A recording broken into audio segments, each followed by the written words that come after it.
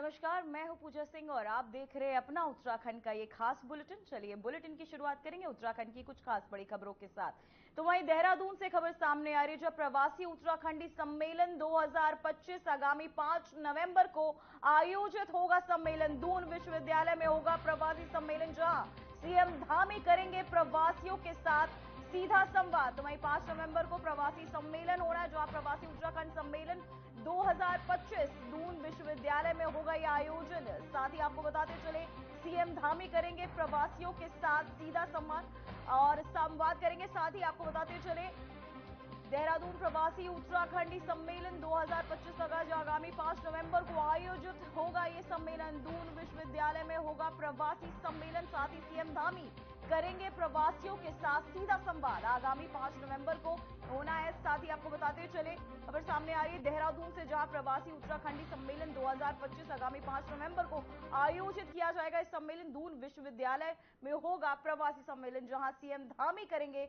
प्रवासियों के साथ सीधा संवाद। आगामी 5 नवंबर को यह सम्मेलन होना है, जहां आपको बताते चले इस सम्मेलन के दौरान देहरादून में प्रवासी उत्तराखंड सम्मेलन 2025 आगामी 5 नवंबर को आयोजित किया जाएगा। इस सम्मेलन दून विश्वविद्यालय, जिसमें देश विदेश में रह रहे उत्तराखंडियों की भागीदारी रहेगी। कार्यक्रम में मुख्यमंत्री पुष्कर सिंह धामी प्रवासी उत्तराखंडियों के साथ सीधा संवाद भी करते नजर आएंगे। वहीं सरकार का उद्देश्य है कि राज्य के बाहर रह रहे उत्तराखंडियों के अनुभव और सुझावों से राज्य के विकास को नई दिशा मिले, जिसके तहत 5 नवंबर को यह प्रवासी सम्मेलन होना है।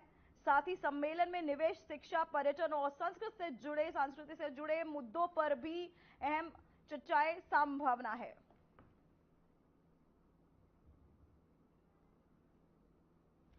तो वह उत्तराखंड के मुख्यमंत्री पुष्कर सिंह धामी ने एक्स पर पोस्ट कर जानकारी दी कि राज्य सरकार ने वृद्धावस्था पेंशन की राशि में वृद्धि करने का निर्णय लिया है। इसके साथ ही यह सुनिश्चित किया गया है कि पात्र दंपति के पति पत्नी और दोनों को इस योजना का लाभ मिले। मुख्यमंत्री धामी ने कहा कि यह कदम सर्वोपरि विकास के संकल्प और समाज के प्रत्येक वर्ग के कल्याण की दिशा में एक महत्वपूर्ण प्रयास है। सरकार का उद्देश्य है कि राज्य के सभी बुजुर्गों और सम्मानजनक जीवन जीने के लिए आवश्यक सहयोग मिल सके। तो वहीं आपको बताते चले, वृद्धावस्था पेंशन राशि में बढ़ोतरी की गई है, जहां सीएम धामी ने एक्स पर यह जानकारी दी। साथ ही पति पत्नी दोनों को अब इसका लाभ मिलेगा। और साथ ही आपको बताते चले, डीबीटी से होगी ये पेंशन की भुगतान, जहां सीएम धामी ने एक्स पर पोस्ट कर इसकी जानकारी दी है।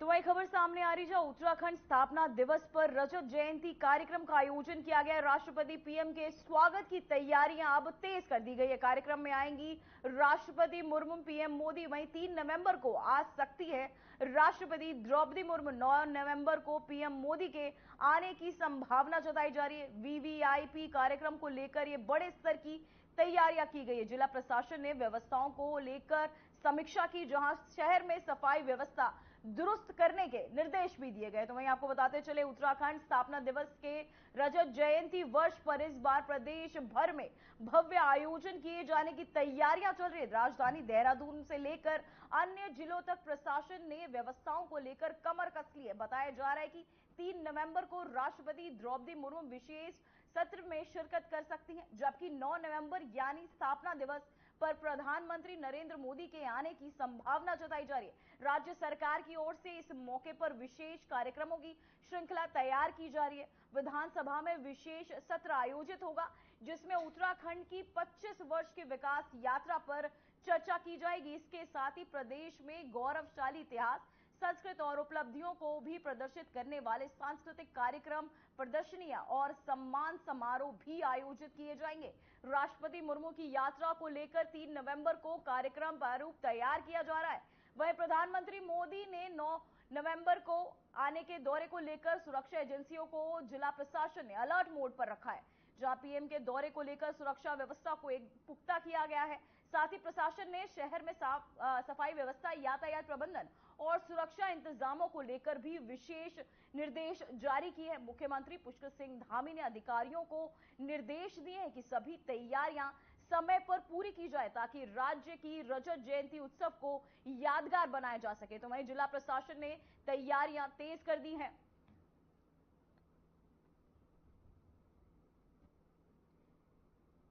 इसी खबर पर तमाम जानकारी के साथ हमारे संवाददाता आशीष डोभाल जुड़ चुके हैं। आशीष, मैं जानना चाहूंगी पीएम और द्रौपदी मुर्मू की इस दौरे को लेकर आप क्या सोचते हैं?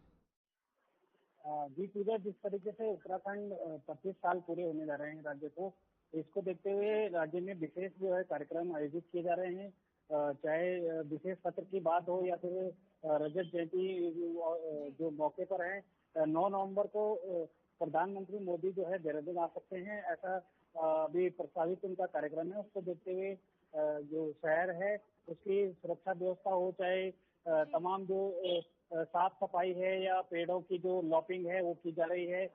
जगह जगह जो तैयारियां हैं वो उसमें जो है कहीं न कहीं जो जिला प्रशासन हो या उत्तराखंड शासन हो और मुख्यमंत्री पुष्कर सिंह धामी के निर्देश पर विशेष जो तैयारियां हैं वो उनको कहीं न कहीं अंतिम रूप दिया जा रहा है। और संभावना जताई जा रही है जो विशेष सत्र 3 और 4 नवंबर को विधानसभा देहरादून में आयोजित किया जा रहा है, उसमें मुख्य अतिथि के तौर पर कहीं न कहीं जो राष्ट्रपति महोदया है वो पहुंच सकती हैं।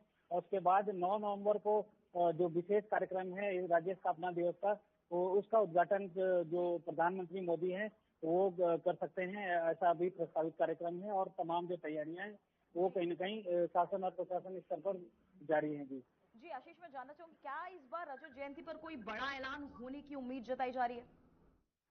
बिल्कुल, कहीं न कहीं जो राज्य के 25 साल पूरे हुए हैं तो पीएम मोदी इस मौके पर देहरादून आ रहे हैं, तो हो सकता है वो कोई बड़ी घोषणा राज्य के लिए करे। ऐसी संभावना जताई जा रही है। कहीं न कहीं अभी तक राज्य में जो विकास हुए हैं और जो होने चाहिए कहीं न कहीं उस पर भी गंभीर रूप से चर्चा की जाएगी। और देहरादून में जो सैन्य धाम है उसका उद्घाटन भी पीएम मोदी करेंगे। कहीं न कहीं जो सैन्य बाहुल्य प्रदेश है उत्तराखंड, यहाँ हर दूसरे घर में सैनिक हैं और उसी तर्ज पर करीब 17 से अधिक जो शहीद हैं उनके आंगनों की मिट्टी लाकर सैन्य धाम का निर्माण यहाँ गुनियाल गांव देहरादून में किया गया है। और कहीं न कहीं वो एक गौरवान्वित पल है। 25 वर्ष राज्य को होने जा रहे हैं, तो इस मौके पर तमाम विकास कार्यों का भी कहीं न कहीं पीएम मोदी जो है घोषणा कर सकते हैं। जी आशीष, मैं जानना चाहूंगी कि कार्यस्थल पर सुरक्षा व्यवस्था की क्या तैयारियां की गई है? बिल्कुल, तो सुरक्षा व्यवस्था को लेकर जो पुलिस है वो अलर्ट मोड पर है। जब जब केंद्रीय नेता हो, चाहे राष्ट्रपति महोदया हो या राष्ट्रपति जो भी रहे हैं, जब जब उनका दौरा होता है तो प्रोटोकॉल के तहत तमाम जो तैयारियां हैं, तमाम जो एजेंसियां हैं वो अलर्ट मोड पर हैं, चाहे वो सुरक्षा एजेंसियां हो और चाहे खुफिया एजेंसियां हो। पीएम मोदी और जो राष्ट्रपति महोदय हैं दोनों के कार्यक्रम को लेकर तैयारियां जोरों पर है और जो धरातल पर है वो तमाम काम किए जा रहे हैं। जी जी आशीष, मैं जानना चाहूंगी क्या रजत जयंती पर कोई बड़ा ऐलान होने की उम्मीद जताई जा रही है? बिल्कुल, उम्मीद पूरी पूरी है, क्योंकि राष्ट्रपति के साथ पीएम मोदी का भी यहाँ पर दौरा है, तो रजत जयंती वर्ष पर वो कहीं न कहीं बड़ी घोषणा उत्तराखंड के लिए कर सकते हैं। अभी तक राज्य कई जो आपदा से जूझता रहा है या तमाम जो आर्थिक समस्या भी प्रदेश की हैं, तो उसको लेकर पीएम मोदी कोई बड़ा ऐलान कर सकते हैं। तमाम जो केंद्रीय योजनाएं हैं, चाहे विकास को लेकर सड़क हो, रेल हो, तमाम जो प्रोजेक्ट उत्तराखंड में चल रहे हैं उनको लेकर भी कहीं न कहीं पीएम मोदी जो है कोई नई घोषणा भी कर सकते हैं। जी जी आशीष, क्या जिला प्रशासन ने व्यवस्थाओं की समीक्षा में किन बिंदुओं पर जोर दिया है? बिल्कुल, प्रशासन, जिला प्रशासन अपनी तरफ से साफ सफाई हो, चाहे जो कई जो पेड़ है उनकी लॉपिंग की जा रही है और जगह जगह पुलिस फोर्स तैनात की जा रही है। और जो जाम लगता है शहर में उसको देते हुए भी रूट डाइवर्ट किए जाएंगे। और जब जब केंद्रीय नेता या जो वीवीआईपी दौरा रहता है तो जो प्रदेश की राजधानी है देहरादून, वो से कहीं न कहीं व्यवस्थित तरीके से जो है ट्रैफिक चले, इसको लेकर भी तमाम जो है प्लान तैयार किए जा रहे हैं। जी आशीष, आपका बहुत बहुत धन्यवाद तमाम जानकारी के लिए। तो वहीं खबर सामने आ रही जहां कैबिनेट मंत्री गणेश जोशी ने की समीक्षा बैठक। जल संस्थान जल निगम अधिकारियों संघ की बैठक। मसूरी विधानसभा में पेयजल उपलब्धता की समीक्षा की गई। वहीं मंत्री ने अधिकारियों से कामों की प्रगति की रिपोर्ट भी ली है। विकास कार्यों में तेजी लाएं अधिकारियों को कहा गया। गणेश जोशी के तहत वहीं आपको बताते चले पेयजल से संबंधित काम समय से पूरे किए जाए, ये भी कहा गया। वहीं आपको बता दें हाथीबड़कल कला स्थित कैंप कार्यालय में भी की गई बैठक। तो वहीं को बताते चले खबर सामने आ रही जहां उत्तराखंड के कैबिनेट मंत्री गणेश जोशी ने हाथीबड़ कला स्थित कैंप कार्यालय में जल संस्थान और जल निगम के अधिकारियों के साथ समीक्षा बैठक की। इस दौरान उन्होंने मसूरी विधानसभा क्षेत्र में पेयजल उपलब्धता और विभिन्न विकास कार्यों की प्रगति की विस्तार से जानकारी भी ली। मंत्री ने अधिकारियों को निर्देश दिए कि जनता की सुविधाओं से जुड़े कार्यों में किसी भी तरह की लापरवाही बर्दाश्त नहीं की जाएगी। उन्होंने कहा कि पेयजल से संबंधित कार्यों को प्राथमिकता के आधार पर पूरा किया जाए ताकि जनता को किसी तरह की परेशानी ना हो। बैठक में जल निगम और जल संस्थान के अधिकारियों ने चल रहे प्रोजेक्ट की प्रगति की रिपोर्ट मंत्री के समक्ष इस बैठक के दौरान प्रस्तुत भी की। वहीं गणेश जोशी ने कहा कि मसूरी विधानसभा क्षेत्र पर्यटन और पर्यावरण की दृष्टि से बेहद महत्वपूर्ण है। ऐसे में पेयजल आपूर्ति की निरंतरता और गुणवत्ता बनाए रखना बेहद जरूरी है। उन्होंने सभी विभागीय अधिकारियों को निर्देश दिए कि विकास कार्यों की रफ्तार तेज करें, वहीं फील्ड विजिट बढ़ाए और साथ ही जनता की शिकायतों का त्वरित निस्तारण सुनिश्चित करें। मंत्री ने कहा कि सरकार विकास के हर मोर्चे पर काम कर रही है और जनता को बेहतर सुविधा उपलब्ध कराना उनकी सर्वोच्च प्राथमिकता है। वहीं विकास कार्यों में तेजी लाने के भी इस बैठक के दौरान निर्देश दिए गए। जहां कैबिनेट मंत्री ने की समीक्षा बैठक, इस बैठक के दौरान सभी संबंधित अधिकारियों को निर्देश दिए गए, साथ ही सभी कार्यों को समयबद्ध तरीके से पूर्ण करने के भी निर्देश जो है दिए गए। वहीं विकास कार्यों में तेजी लाने के भी निर्देश दिए गए। साथ ही आपको बताते चले देहरादून से खबर सामने आ रही है जहां अधिकार की गई नुकसान हुआ है तो उसको समय से पूरा करने को, क्योंकि पिछली वर्ष आपदा से जो हमारा बादल नदी का क्षेत्र है बहुत नुकसान हुआ था। वहां से लोगों को शिफ्ट करना पड़ा बोठा में, और उनके जो प्राक्कलन गए थे उसमें मुख्यमंत्री की घोषणा भी है, वो नहीं हो पाए थे। और वो अन्य जो विधानसभा क्षेत्र के काम हैं उनको लेकर एक बैठक हुई और हमने कहा कि जो ये काम है एक समय सीमा में पूरे हों। उसमें विभाग के एचओडी व अन्य सारे लोग यहाँ पर थे और मुझे पूरा भरोसा है कि एक, और दूसरा जो देवी आपदा के काम है, क्योंकि मैंने कहा इस बार जो है बारिश बहुत ज्यादा हुई है और जगह जगह कटाव व लोगों का नुकसान हुआ है, तो उसको समय से पूरा करने को मैंने निर्देशित किया। क्योंकि पिछली वर्ष आपदा से जो हमारा बादल नदी का क्षेत्र है बहुत। तो वहीं उत्तराखंड सरकार ने सड़कों को गड्ढा मुक्त करने का अभियान युद्ध स्तर पर जारी रखा है। लोक निर्माण विभाग के सचिव पंकज कुमार पांडे ने बताया कि मुख्य मार्गों का 98% काम लगभग पूरा हो चुका है और शेष कार्य अगले 2 दिन में पूरा कर लिया जाएगा। इस वर्ष सरकार के लगभग 4000 किलोमीटर सड़कों की मरम्मत का लक्ष्य रखा गया। उत्तरकाशी में बीआरओ और हरिद्वार में कुछ राष्ट्रीय राजमार्गों का शेष कार्य भी शीघ्र पूरा किया जाएगा। जिलों के डीएमओ को निर्देश दिए गए कि अधिक ट्रैफिक वाली ग्रामीण सड़कों की मरम्मत को प्राथमिकता दें। सरकार ने यह भी स्पष्ट किया कि सभी मुख्य मार्ग 31 अक्टूबर से पहले गड्ढा मुक्त कर लिए जाएंगे।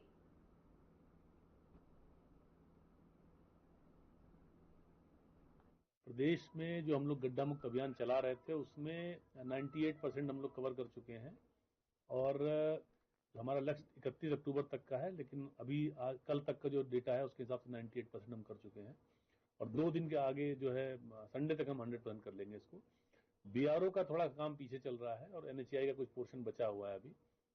बीआरओ का मेनली काम उत्तरकाशी जिले में है और एनएचएआई का काम जो है हरिद्वार जिले में है, जो थोड़ा थोड़ा बचा हुआ है। उनको भी मैंने कहा है कि वो भी कंप्लीट करें, क्योंकि शासन से जब उच्च स्तर से एक निर्देश दिए गए हैं तो उसको हम लोग को पूरा करना हमारी जिम्मेदारी में आता है। मैं बताना चाहूंगा कि प्रदेश में तो वहीं देहरादून से खबर सामने आ रही है, जहां पंचमुखी डोली पहुंचेगी ऊखीमठ। ऊखीमठ में होंगे बाबा केदार के दर्शन। शीतकालीन गद्दी स्थल पर विराजेंगे बाबा। वहीं ओमकारेश्वर मंदिर में विराजेंगे बाबा केदार। अब 6 महीने ओमकारेश्वर मंदिर में होगी पूजा। पड़ाव स्थल पहुंचेगी मां गंगा यमुना की डोली।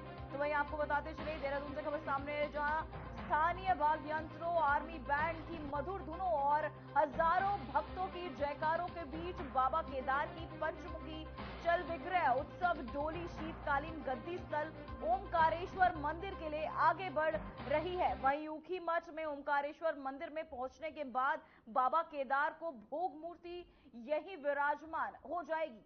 वहीं अगले 6 माह तक बाबा केदार को की ओमकारेश्वर मंदिर में पूजा अर्चना की जाएगी। भैया दूज के पावन पर्व पर विश्व प्रसिद्ध केदार धाम के कपाट शीतकालीन के लिए बंद हो गए थे, जिसके बाद डोली ने केदारनाथ धाम से अपने शीतकालीन गद्दी स्थल के लिए प्रस्थान किया। तो वहीं डोली पहले रात्रि पड़ाव के लिए रामपुर पहुंची थी। शुक्रवार सुबह रामपुर में बाबा केदार की पंचमुखी चल विग्रह उत्सव डोली की विशेष पूजन संपन्न हुआ। डोली की आरती उतारने के बाद डोली ने आपको बताते चले आर्मी बैंड की मधुर धुनों के साथ अपने अगले पड़ाव के लिए प्रस्थान किया। वहीं फाटा, व्युंग और नारायण कोटी समेत अन्य यात्रा पड़ावों पर बाबा केदार की डोली ने भक्तों को आशीष दिया।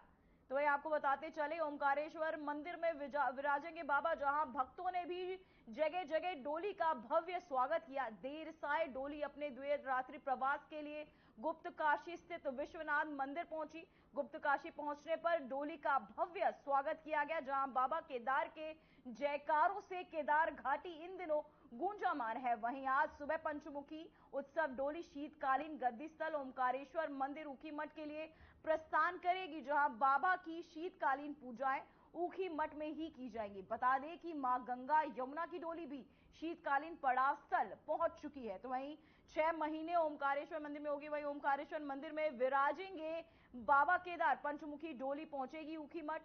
साथ ही आपको बता दें, पंचमुखी डोली पहुंचेगी ऊखीमठ।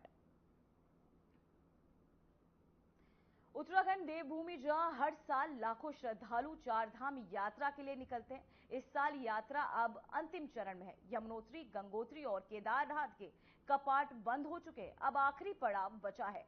बद्रीनाथ धाम 25 नवंबर तक कपाट खुले रहेंगे और तब तक यात्रियों की संख्या में और इजाफा होने की संभावना है। देखिए हमारी खास रिपोर्ट में आस्था की महायात्रा, चार धाम में श्रद्धालुओं का तांता। सरकार ने संभाली हर जिम्मेदारी, सुरक्षा सुविधाओं पर आस्था भारी। उत्तराखंड की ऊंची हिमालयी वादियों में इस बार आस्था का भारी सैलाब देखने को मिला। चार धाम यात्रा अब अपने अंतिम पड़ाव पर है। यमुनोत्री, गंगोत्री और केदारनाथ धाम के कपाट बंद हो चुके हैं और अब यात्रा अपने समापन की तरफ बढ़ रही है। लेकिन बद्रीनाथ धाम में अभी भी भक्तों की भारी भीड़ उमड़ रही है। 25 नवंबर 2025 को जब बद्रीनाथ के कपाट बंद होंगे, तब इस साल की ऐतिहासिक चारधाम यात्रा अपने सुनहरे अध्याय को पूरा करेगी। यात्रा में रिकॉर्ड वृद्धि। 2024 के लिहाज से 2025 में यह रिकॉर्ड लगातार बढ़ा। 2024 में 42 लाख श्रद्धालुओं की आवक थी, जबकि 2025 में 50 लाख से ज्यादा श्रद्धालुओं की आवक देखी गई। उत्तराखंड सरकार के मुताबिक इस बार चारधाम यात्रा ने सभी पुराने रिकॉर्ड तोड़ दिए हैं। लाखों श्रद्धालु विषम मौसम के बावजूद, ऊंचाई और लंबी यात्रा के बावजूद देवभूमि पहुंचे और ये साबित कर दिया कि आस्था के आगे हर कठिनाई छोटी है। चारधाम यात्रा 2025 के रिकॉर्ड आंकड़ों की बात करें, बद्रीनाथ धाम में 15,32,727 श्रद्धालु देखे गए। केदारनाथ धाम में यही आंकड़ा 17,57,380 श्रद्धालुओं का था। गंगोत्री धाम में 7,58,259 श्रद्धालुओं ने हाजिरी लगाई, जबकि यमुनोत्री धाम में 6,44,505 श्रद्धालु पहुंचे। हेमकुंड साहिब में 2,74,441 श्रद्धालु पहुंचे। ये आंकड़े सिर्फ संख्या नहीं है और ये बताते हैं कि आस्था की ये यात्रा हर साल और भी गहराई से लोगों के दिलों को जोड़ रही है। देखिए, इस बार की जो यात्रा रही, अगर आप ओवरऑल वैसे देखें तो लगभग 50 लाख का आंकड़ा तक श्रद्धालु यहाँ पहुंचे हैं। चारधाम यात्रा का ये अध्याय न सिर्फ धार्मिक दृष्टि से महत्वपूर्ण है, बल्कि उत्तराखंड की अर्थव्यवस्था के लिए भी जीवनदायिनी साबित हुआ है। होटल, होम स्टे, ट्रांसपोर्ट और स्थानीय कारोबार सबने इस यात्रा से नई ऊर्जा पाई है। वहीं धामी सरकार ने भी इस यात्रा के लिए तमाम व्यवस्थाएं की, जिससे यात्रियों को किसी भी असुविधा का सामना न करना पड़े। मानसून सीजन में जब पहाड़ों पर बारिश और भूस्खलन की चुनौती थी, तब भी सरकार ने यात्रा को सुरक्षित और सुचारू बनाए रखा। बेहतर सड़कें, मेडिकल सुविधाएं, हेलीकॉप्टर सेवाएं और कंट्रोल रूम्स, इन सब ने मिलकर इस बार की यात्रा को ऐतिहासिक बना दिया। यद्यपि बीच में मानसून सत्र में या जो मानसून का हमारा इस बार का सीजन रहा, वो लगातार बारिश रही और भारी बारिश रही, जिसकी वजह से कई जगह तो आपदाएं भी आईं, दूसरे सड़कें भी बाधित हुईं और मौसम खराब होने की वजह से हेलीकॉप्टर सर्विस भी अच्छे से नहीं चल पाई। तो बीच में यात्रा बाधित रही, तथापि यात्रा की शुरुआत में व्यवस्था अच्छी की गई थी और बारिश खत्म होने के बाद भी जो सड़कें थीं उनका मरम्मत करने का, पुलों को मरम्मत करने का, उनको बनाने का काम तेज़ी से किया गया। तो प्रथम चरण में और द्वितीय चरण में यात्री अच्छे आए और 50 लाख का आंकड़ा पहुंचा। लेकिन यात्रा यहीं खत्म नहीं होती। अब सरकार की नजर है शीतकालीन यात्रा पर, यानी जब ऊंचाई वाले धामों के कपाट बंद हो जाते हैं तो देवताओं की पूजा उनके शीतकालीन प्रवास स्थलों पर होती है। इस बार सरकार चाहती है कि श्रद्धालु सिर्फ ग्रीष्मकाल में ही नहीं, बल्कि सर्दियों में भी देवभूमि आए।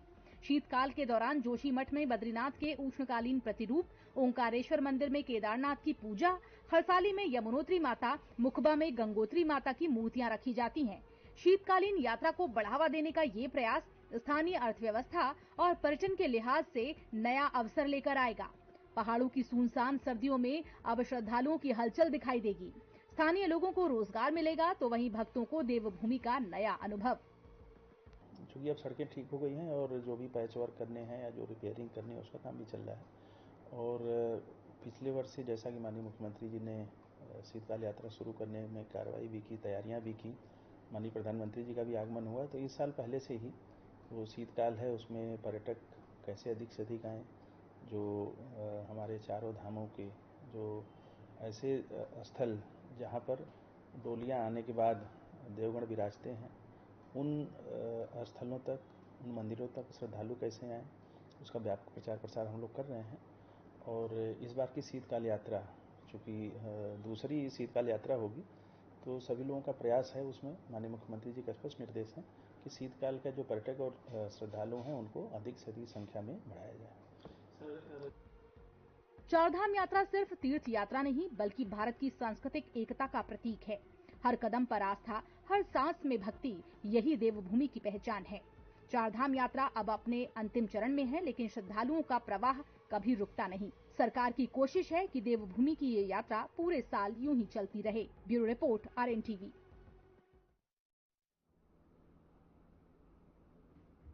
फिलहाल उत्तराखंड की खबरों में इतना ही। मुझे दीजिए इजाजत। नमस्कार।